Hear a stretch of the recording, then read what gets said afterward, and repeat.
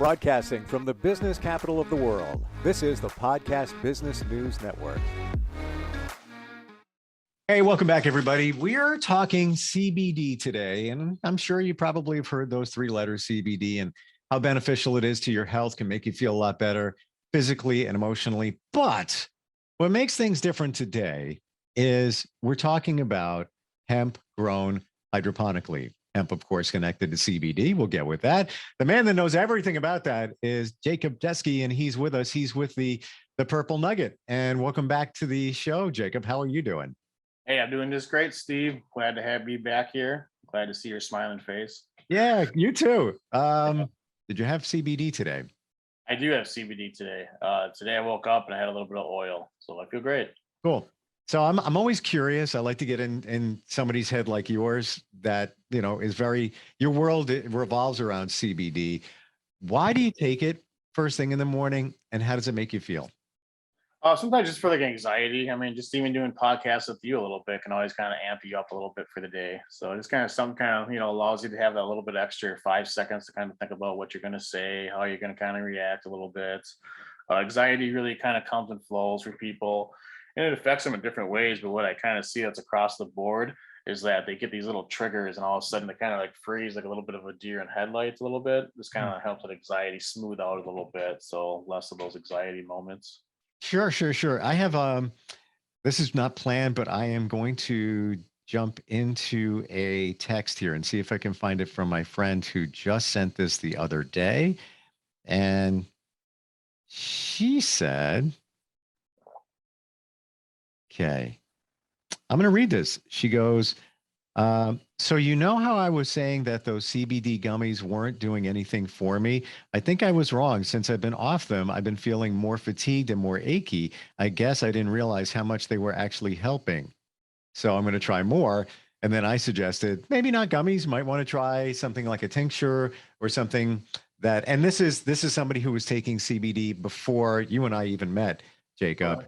And I know that you don't sell gummies, and we went over that because the sugar content, you opened my eyes to that, man. The amount of sugar that's in them, like, I don't know. I don't think I need that. Maybe not my friend, but she might be a better candidate for maybe a tincture or something else, that you sell. What do you got there?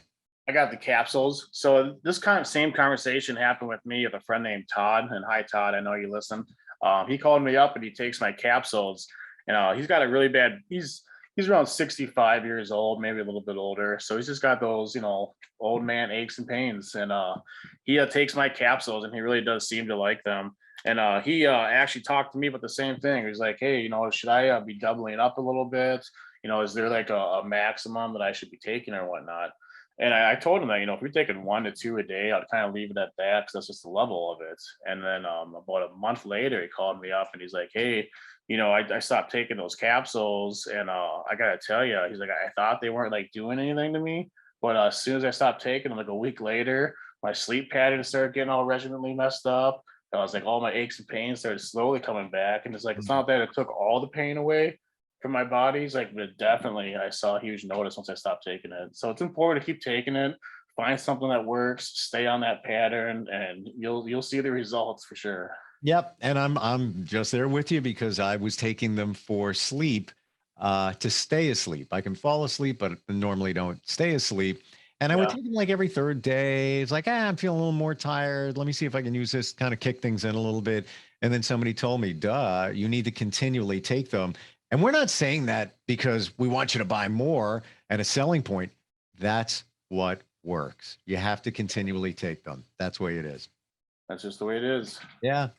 So today, because you're very different with the Purple Nugget, by the way, your website, if anybody wants to check it out while we're talking about it, is the PNUG, as in purple, the P, letter P, nug.com. You hydroponically grow everything, but we're going to look at it from a different view today. We're going to look at the plants, the seed, the soil, how you do everything in a different way. We're gonna get people started. Even growing hydroponically, it always starts with a seed or a clone. And today we're gonna start with the seed. What I got here is some feminized cherry seeds that we're gonna plant today. I got over 100 of these already going. I just thought it'd be a really nice idea to show you how the soil gets placed, that you know, how hard you pack the soil, what the water is like when you water it, and just overall just go over the general idea of planting a seed. We're Hmm. gonna jump right into it, Steve. I got some soil ready for you already pre-mixed. What I do is actually about a 30 perlite, about a 20% vermiculite, and then just some soil, and it comes out a little bit like this. Yeah, like So everybody else. Everybody else. yeah. I have no idea what you're talking about, but Oh. So what you want to do with the soil, let me start over, is you got to worry about the water moisture, the way it holds it like a sponge. The seed has to pretty much be soaking throughout the time of germination to really get the proper nutrients that it needs to really sprout. And so what we're kind of worried about is that we don't want that water to sit on top and then just sink to the bottom when the seed's like right here. We want that soil to hold all that water around the seed. So we add vermiculite, which acts like a natural sponge that holds the water. so So I so got a little bit of, can I jump in here, Jacob, and say, is that sort of like peat moss? yep, you can use peat moss. There's a bunch of different ways to do it.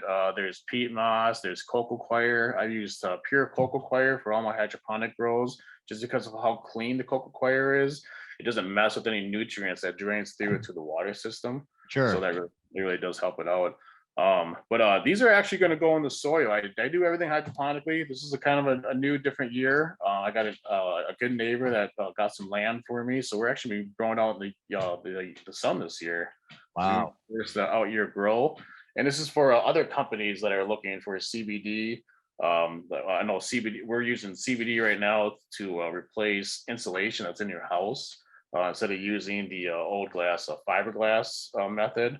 They're actually replacing that with just hemp and CBD, which not only lasts longer, it improves efficiency, and obviously it's just better off for the earth. So we're Hmm. gonna try to go that route to different companies this year. But right now, I just want to show you how to plant the seed. Sure. So So I want to ask you just one other question before you jump in. So you're planting the seed in soil, but normally when you hydroponically grow, it's in some other matter, correct? yeah, yeah, Okay. Okay. yeah. So you're technically, are you hydroponically growing it in this fashion when you're putting it in soil? So hydroponically, not you can kind of hold that word hydroponically if you're adding the nutrients and the water yourself. If the soil is in like let's say a 5 gallon pot, and all that soil is just like soil you made that we call a super soil or somewhat, and you're adding the nutrients and you're adding the water, you can still hold hydroponical claims to that because you're adding the nutrients and the water to the plant. You're not letting Mother Earth and Mother Nature take the full girth of the growth process by, you know, the sunlight and the soil just doing it. Right. So this would not, I'm not going to say this ain't the way I do it. I mean, when I'm saying hydroponically, it's in my 5 gallon buckets, recirculating water, and I have complete control over everything. I think this is just going to be a real fun, easy way to kind of just see if the purple nugget can kind of venture into these other companies. I mean, I grow it so well. Obviously, what these companies are going to be doing with this project isn't going to be extracting it for its CBD qualities. They're actually going to be using the hemp for the fibers because obviously there's so much more, you know, use of the hemp product than just the flower. I mean, we used to grow hemp back, I think, way before the 1900s. I'm just picking this time frame out of a hat, but you know, it was used for naval ropes. It was used for everything. I mean, hemp has so many properties that can be used beyond just the flower that, you know, it's just a remarkable plant. So And as a kid, that's what I remember. I remember hemp being rope. It came yeah. from, it was rope. I was in the Navy. I know I've told you that before, but my dad is. We have a long line of military in my family, all the way back to the Revolutionary War. It's pretty amazing. I Wow. love sitting around my grandparents and listening to them talk. But you tell me stories about these sailors. They would try to smoke hemp rope. They would try to shave off rope, and they would try to smoke it. And I'm like, no, he's like, I didn't. He's like, I never tried it. He's like, I'll laugh at him, just like you're laughing at him now. He's like, and they would just get headaches or whatever. But anyway, that's old sailor talk. Let's get into the seed and planting, shall we? All Sure, let's go. right. So first, I got a little tray here, and what we're pretty much going to do is just put the soil, as you imagine, inside these trays. First off, I guess you don't really got to worry too much. You're going to make a mess. It's just going to kind of happen a little bit. Do the best you can.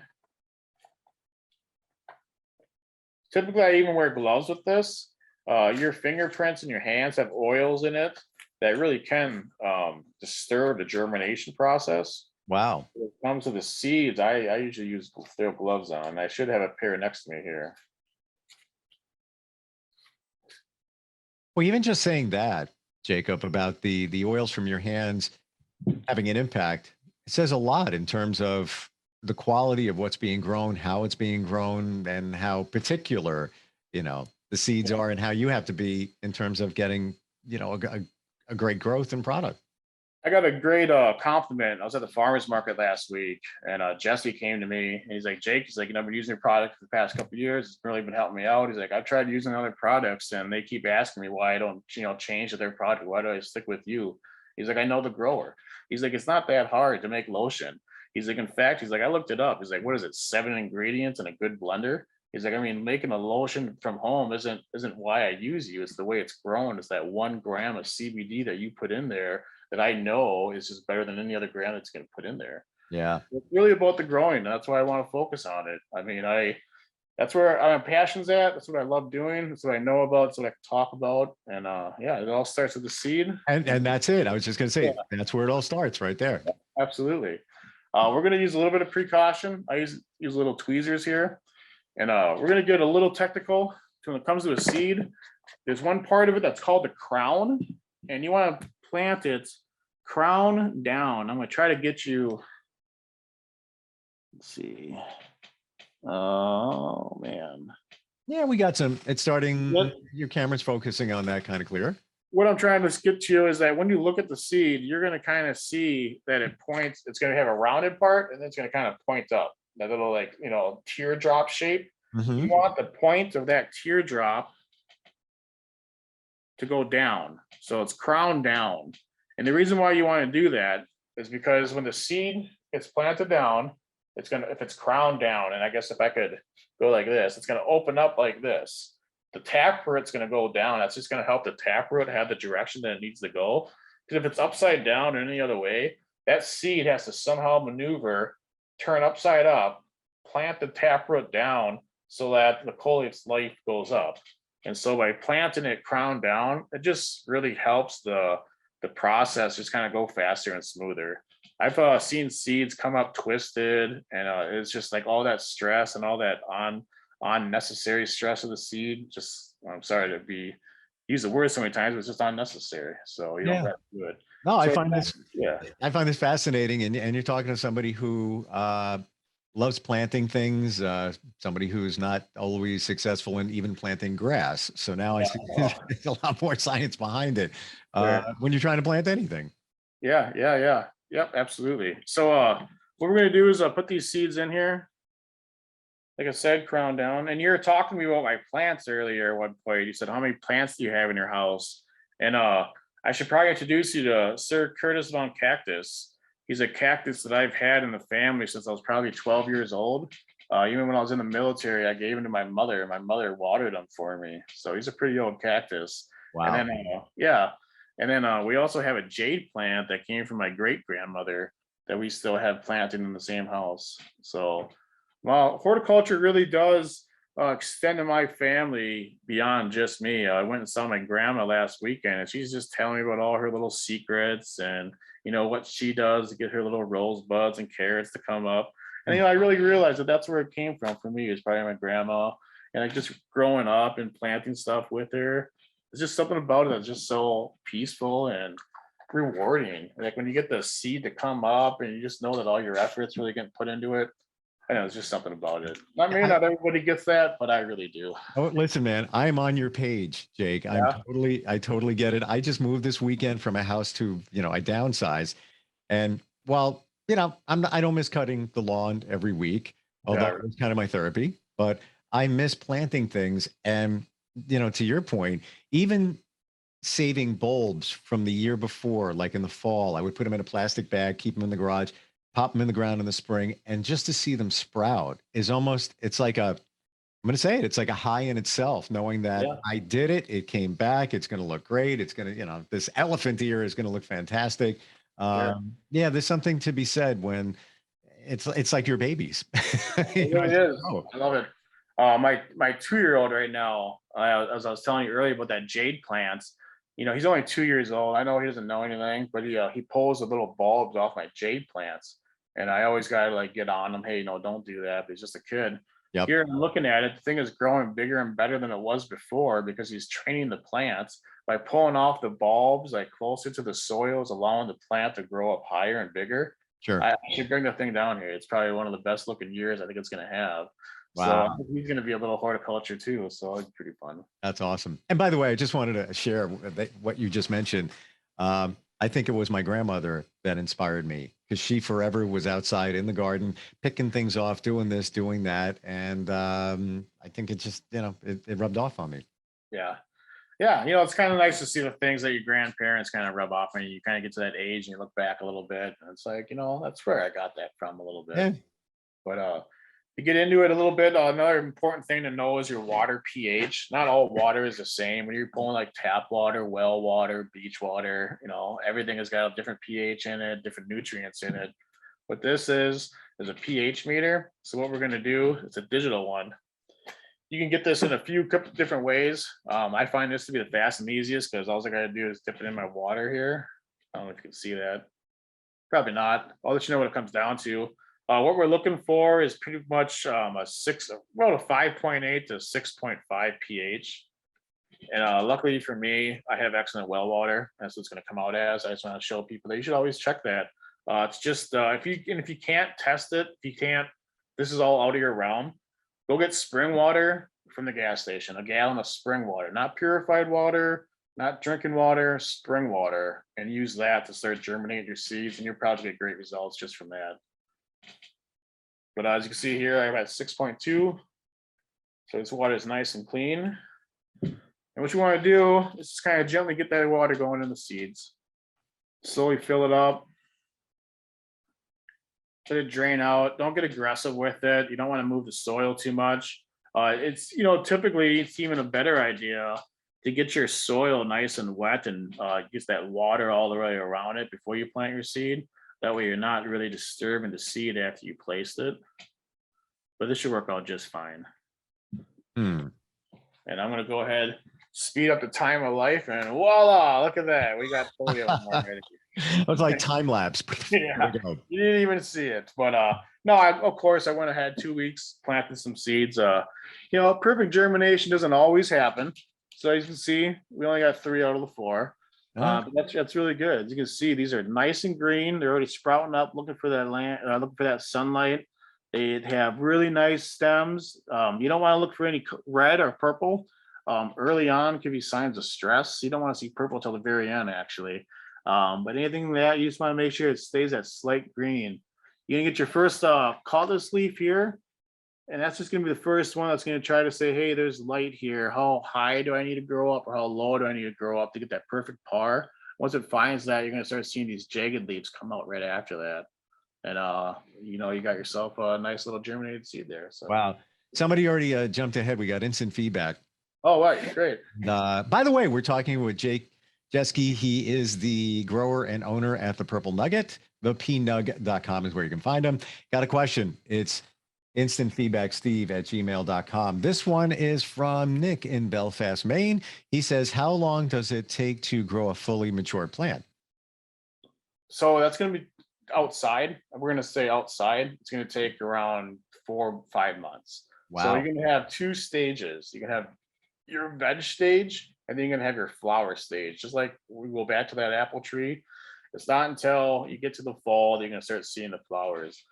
For the whole flower, once you get to the flower stage, 3 months, usually 56 days is the magic number. After 56 days, the trichomes in that resin, it starts doing something kind of magical where you'll see it go from this clearness to a cloudiness to like an amber. The trichomes are like the sticky, shiny things that you see on the leaf that we were talking about earlier. And that's usually a 56-day process if you want to see the flower again that we use. Yep. No, I can see it. Yeah. So yeah, 56 days in flower. Typically, you can do a month in veg. If you're doing hydroponically, I usually do about a month in veg, 3 days in flower. And I have that in my set schedule. That's how I get my 4 to 5 parcels per year. So, question on that: the difference between the soil and indoor hydroponically. true hydroponic, let's call it that if we could, the difference to get that mature plant in terms of time? Oh, you still gonna need 56 days. Yeah. Okay. Wow. Yeah, it doesn't change. You can't see the Interesting. process. You can get some that are called like auto flowers, and I don't work with them. It's just like somehow they genetically design it to like it doesn't even need to have like a different light schedule. They can just automatically pop up and start flowering. Those are called auto flowers. I don't think the potency is quite there with them. Maybe it is. I mean, they're doing amazing things these days, but I just stick with your feminized seeds, and I stick with clones. I don't even mess with seeds that much anymore. So So what you just used, there were seeds that you planted. Where did they come from, and what kind were they? those came from Cope Seeds. It's a business out of Colorado. A great group of guys, and they were feminized cherry. So that was a cherry CBD. And feminized, we'll get into this. It pretty much means that the seed has somehow not been introduced to any pollen during its whole life cycle, and so therefore it's almost guaranteed to be a female. And as we said previous podcasts, that the females are the ones that grow the flower that we need to extract the resin from. So that's why it's really important to have a female plant. By going feminized, you kind of almost because you won't tell that it's a female or a male plant until you're in flower stage. So you could waste like 2 to 3 months of your life trying to grow these plants, and all of a sudden you realize that you're just going to get seeds from it and not the flower. So then you got to start all over. So by choosing feminized seeds, it's like you obviously get a little more reward. The risk to reward is a little bit more on your side of things, I guess. Hmm. Wow. But Why is it called cherry?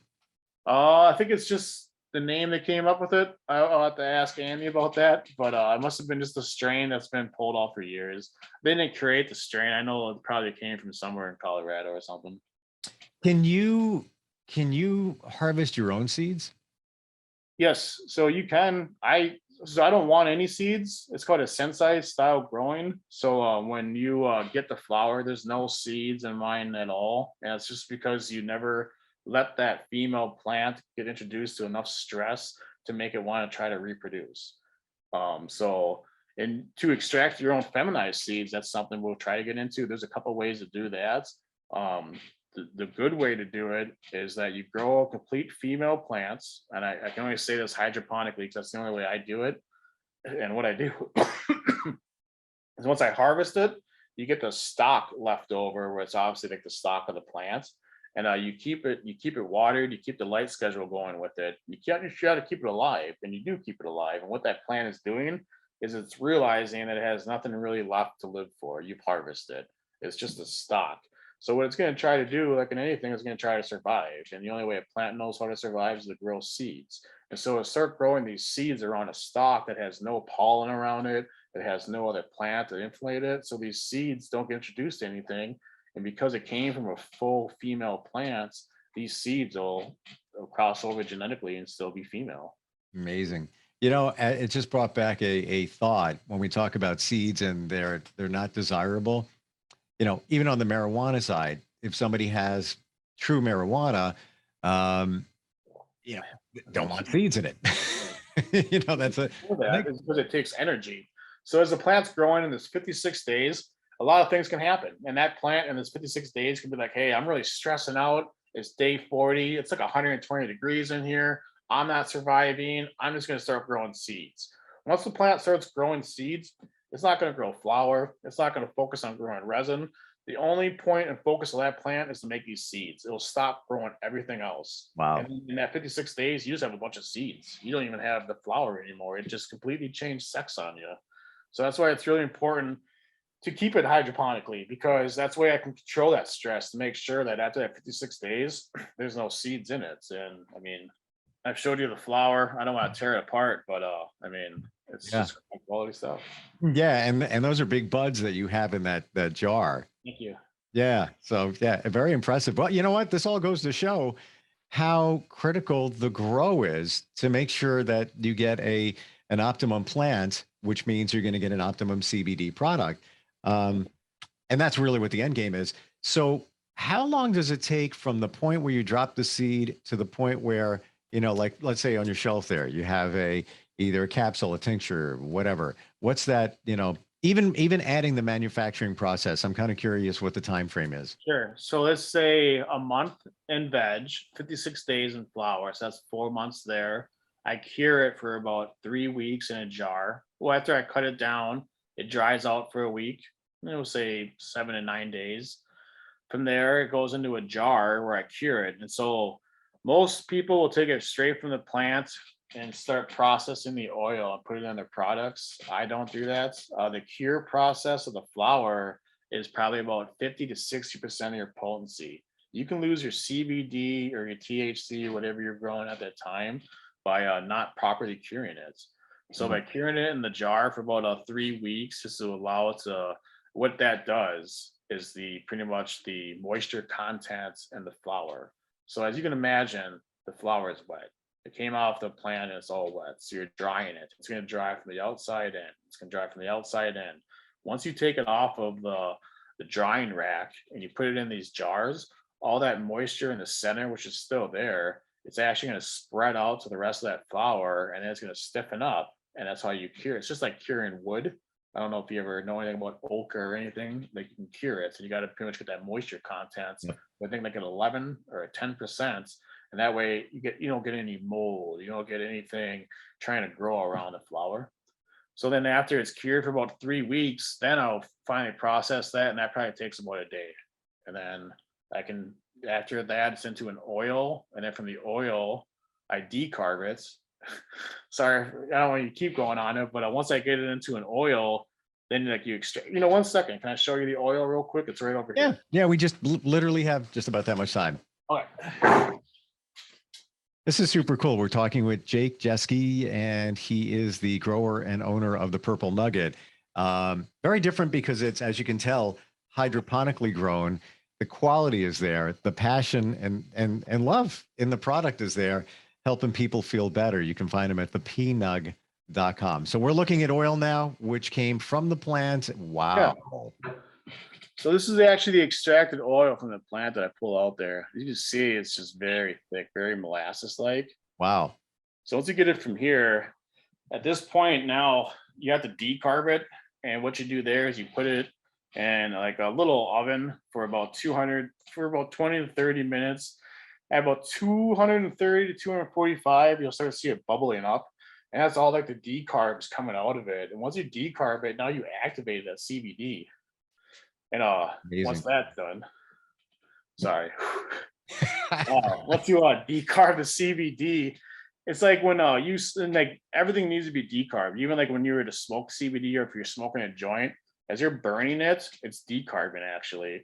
When it gets that hot and you get like that cherry at the end of it, you're actually decarbing it before you smoke it. So that's why it's important to like decarb it, because it actually takes it from a non-active to an active CBD state. So by making it an active, then it's just not potency, it's the action rate, how fast it's going to react with your body. So quick question with that jar of oil, and we're just at the point where we're out of time here today, but I'm curious, that jar, how many products or how much product can you make CBD product out of that? I haven't weighed this out, but if I had to guess, it's probably about 30 to 40 grams in this right now. And like I said, 1 gram per product. So that would make about 40 of these. Wow. Super cool. I get about 100 grams per plant. So if you want to figure that out, I get about 100 grams of oil. I extract about 100 grams of oil per plant, which is pretty good. You know what this says, and I'm glad we went over this today, Jake. The plants, the seeds, the soil, the pH, everything, because what this really says is this is so natural and so organic and has been used for centuries. So if you're dealing with whatever it might be, anxiety, some shoulder pain, whatever's going on with you, why would you want to walk into a pharmacy and grab a chemical off the shelf and put that in your body when you have the passion, the love, the naturalness of what you get from the Purple Nugget and CBD? It's like, for me, it's a no-brainer. It's just it's the way it should be and the way it always has been. And that's why these plants were put on our earth by whoever you want to say they, whether it was done by, someone or it was just done just because coincidence. This is how people have been healing for years. Jay, great talking with you. Thanks for all the info. Super cool. Super cool seeing that, how it's done. Sure, absolutely. No, yeah, I couldn't agree with you more. People are definitely turning themselves on more to the natural holistic side of things. Yeah. And people are seeing great benefits from it. So I Yeah, guess it's a good time to be a hemp grower, And it's for lucky sure. for me, I guess. But, Yeah. What you did was you peeled away the curtain. So now we can see what goes on behind the scenes. And I've never seen that. And I think a lot of our listeners and people watching today got a better look. Check it out, thepnug.com. And Jake, great talking with you today. And I'll look forward to getting together sometime soon. Can't wait. See you next week, Steve. Are you looking for even more of the podcasts and hosts that you love? The Podcast Business News Network is proud to announce that you now have even more ways to listen live. Check out the MyTuner Radio, online radio box, and Simple Radio apps on iOS and Android, or find us online. Search for Business News Network on mytuner-radio.com, or search Podcast Business News Network on streama.com and onlineradiobox.com/US. Take your podcast on the go and don't miss a minute of the action.